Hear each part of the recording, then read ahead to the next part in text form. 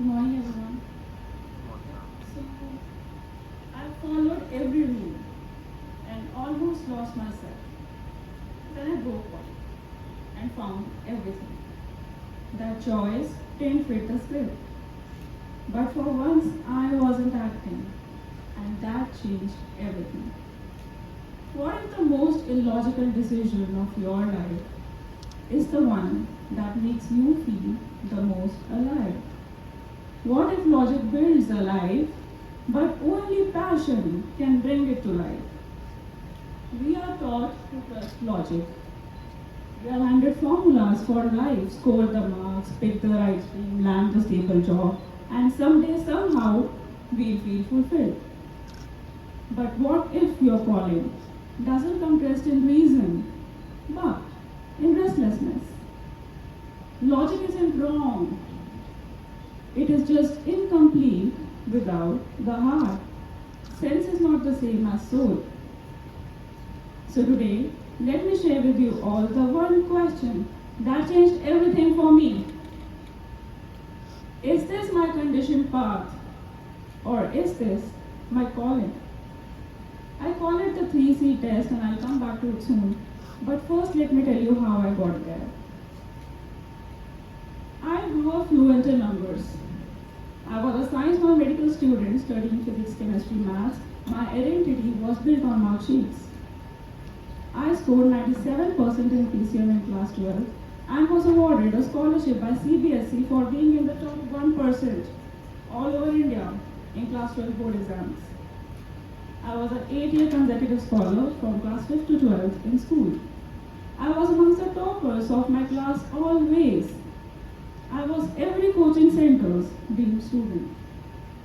But whenever a merit list was published, I didn't just find my name there. I found the weight of expectations sitting next to it. To the world, I was a rising analyst, a PhD in the making, a future engineer, take your pick. Everything about me made sense to my teachers, peers, relatives until it didn't. Because beneath those marks, ranks, and shiny report cards was a girl whose future decisions they could not understand. Let's rewind a little. I was never the loudest voice in the class. I wasn't even the middle voice. I hardly spoke in the class. I lived like a side character in my own story. In fact, the only complaint that the teachers used to have from my parents during PTMs was that I don't speak up. I was the kind of quiet that made the librarians feel loud. And I hardly had any group of friends. I had just 2 or 3 friends because I never spoke in a group. Not even when I had something to say. I was the one who was always just listening to others about how their day went, about their crush stories, about how heroic they were. Group discussions felt more like group observations for me.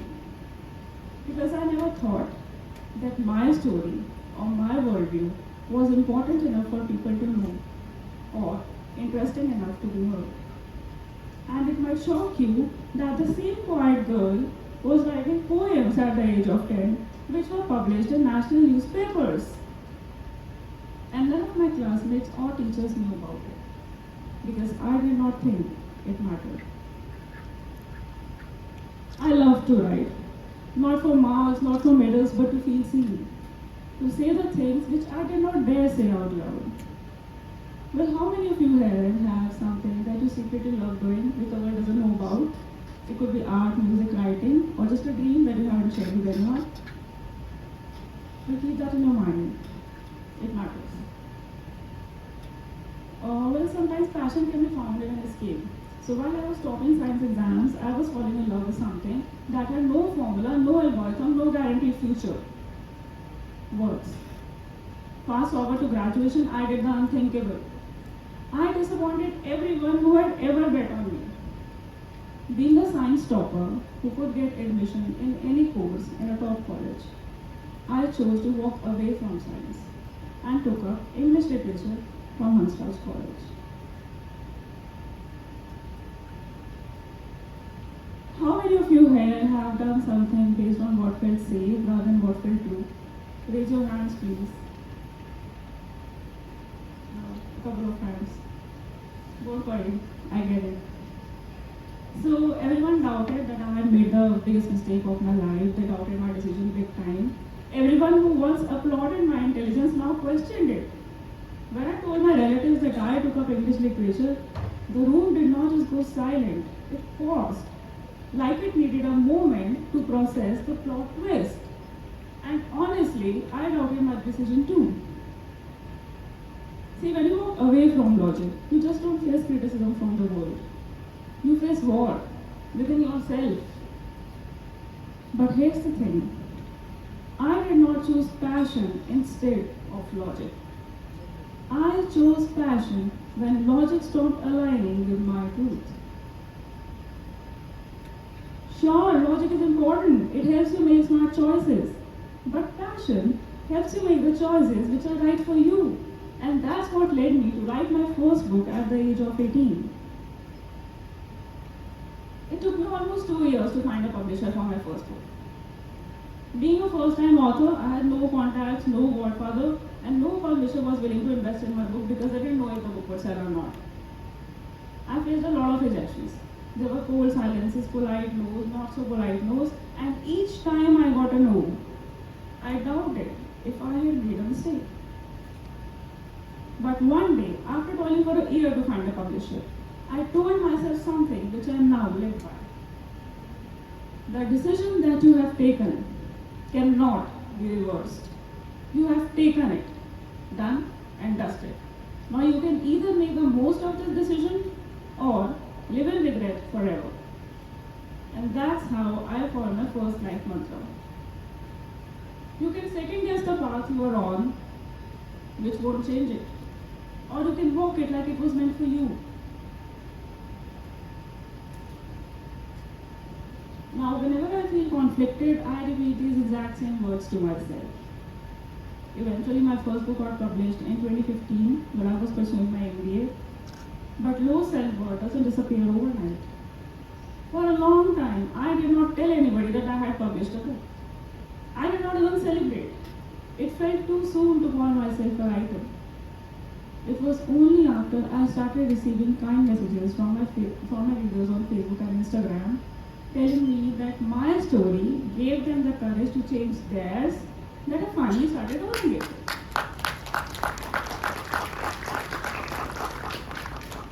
Well, sometimes you need someone else to believe in your story before you can believe in it yourself. But I wish I could tell you that passion makes the journey easier.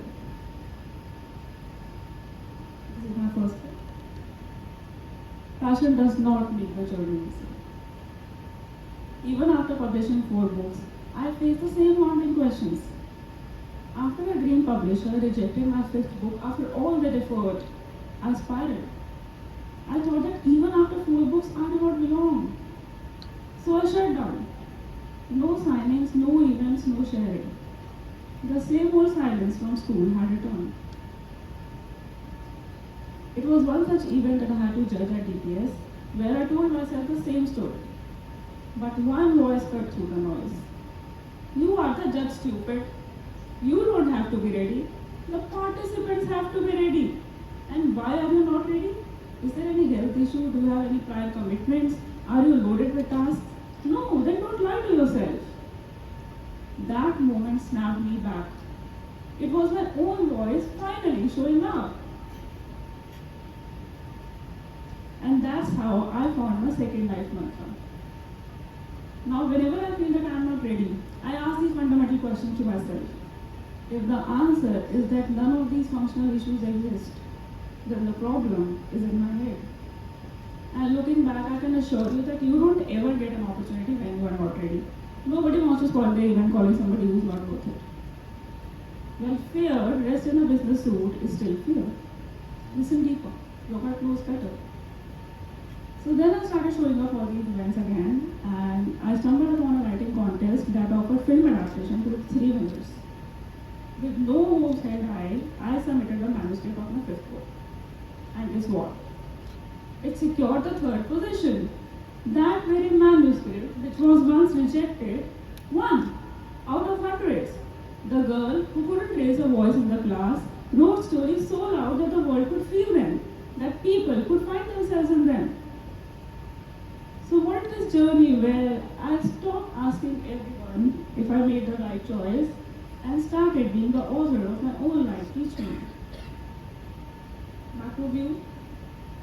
Yes, stories written with passion break rules. But they also break through. They don't just fill pages, they fill people, the real impact. See, I'm not asking you to follow your passion blindly. I'm asking you to follow what aligns with your truth.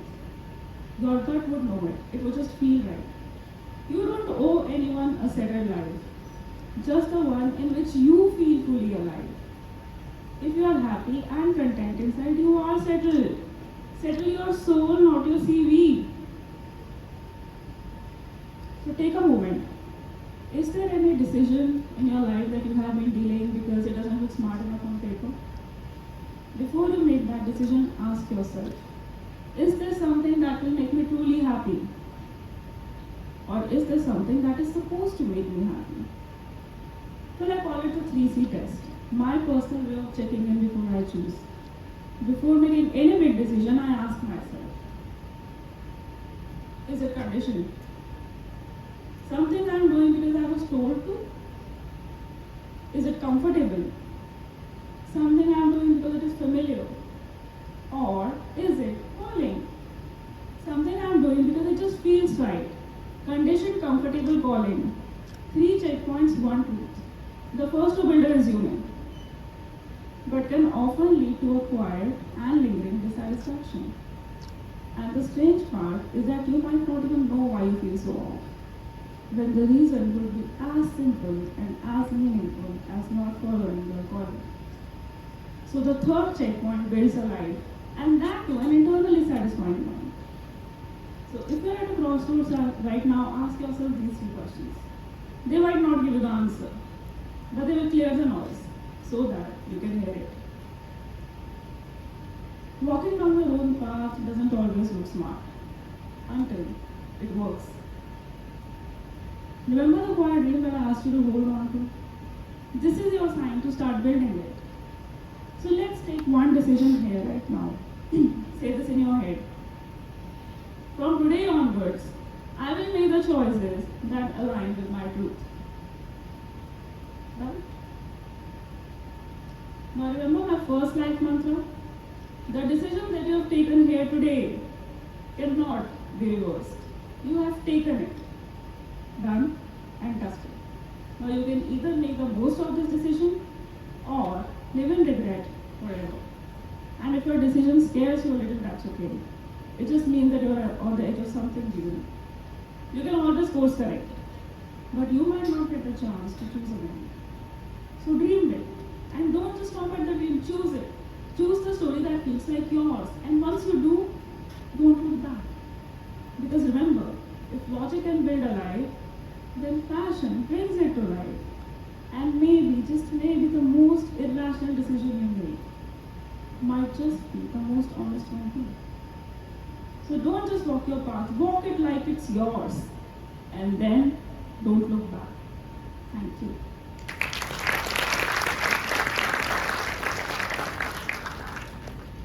Thank you, ma'am.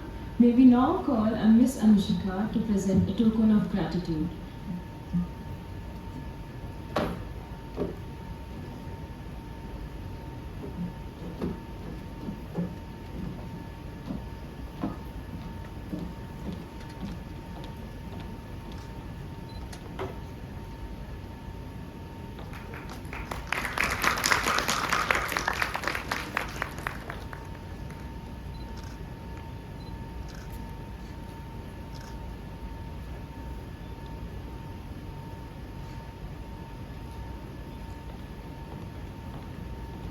Please put your hands together for Lieutenant General Pradeep Singh Nair, retired.